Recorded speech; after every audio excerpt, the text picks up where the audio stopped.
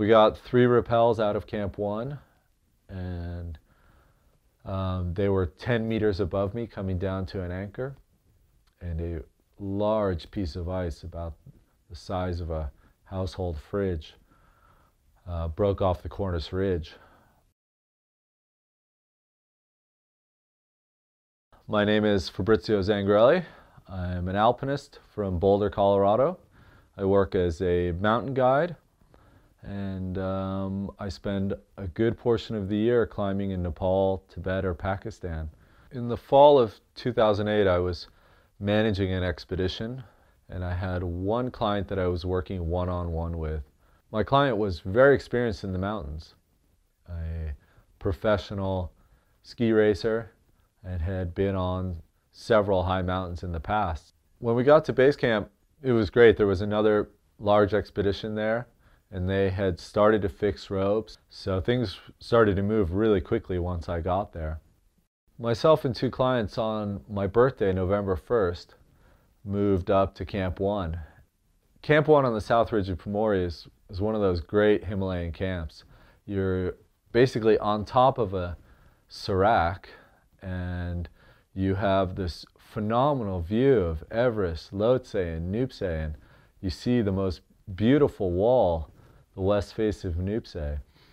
And as the sun's setting, the light just turns this beautiful purple in it.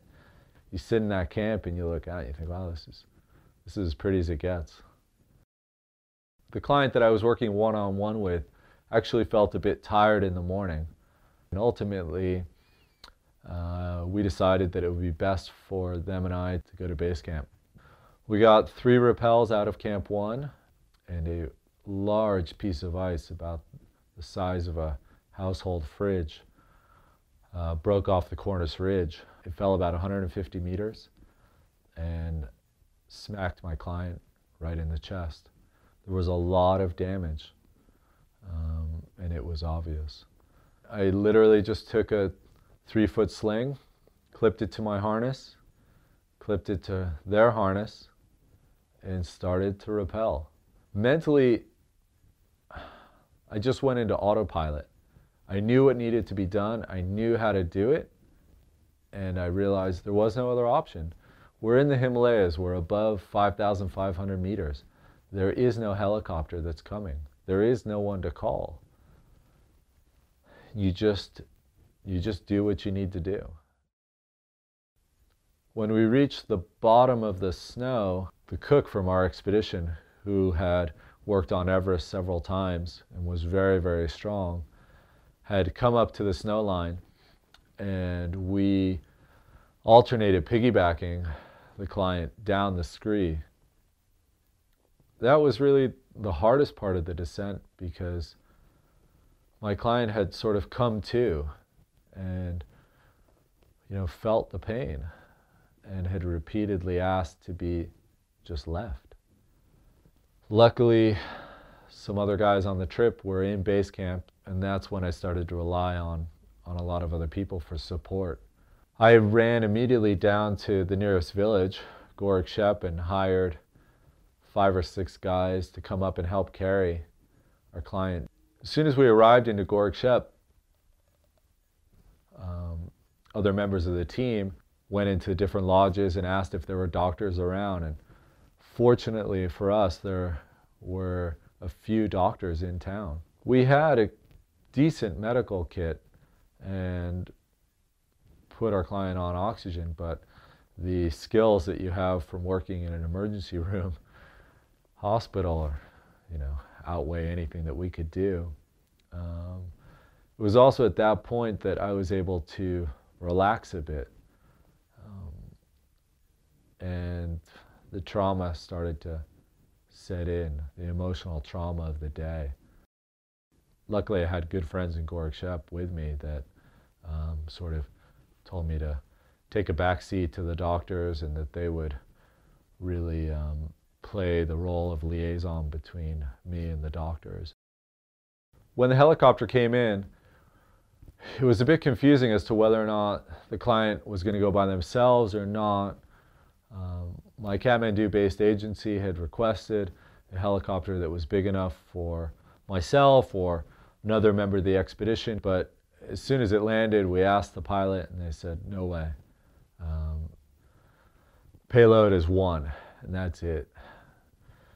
Putting them in the helicopter by themselves, knowing that it's maybe an hour and 20 minutes of actual time, was frightening. It was letting go of control to someone who is obviously a very good pilot, but do they understand the urgency of the situation? The oxygen on the helicopter didn't work. There was no oxygen in the tank, and we were told that we couldn't put our oxygen in the helicopter. It was the letting go that really frightened me. With a lot of effort, I managed to get down valley and then sit in Lukla for 3 days with 2,000 other people waiting for a flight out. I had to negotiate my way onto a helicopter. Getting off the helicopter in Kathmandu, I still had blood on my jacket and on my pants, and I was a complete mess. I hadn't eaten for 4 days. I hadn't really slept. And walking into the critical care unit, seeing the client hooked up to so many tubes, and the paralysis and the broken ribs and the collapsed lung, and really no recognition of me or the doctors or anything was it just drove home the situation again. It's, I don't know, 6 months, 7 months after the accident now. Client's recovered. And I've come to terms with the whole thing, fortunately. The thing I realize about the accident is be prepared. Mountains bite. They come and get you when you least expect it. Confidence on a mountain like this is a complicated thing. It's not just based on your experience, your physical fitness.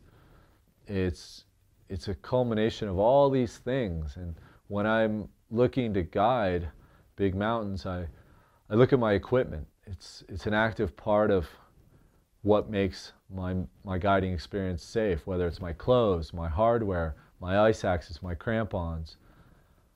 Combining that with knowing how to place fixed ropes well, combining that with avalanche experience, knowing where to put camps, and combining it with client care, being able to assess how other people are doing.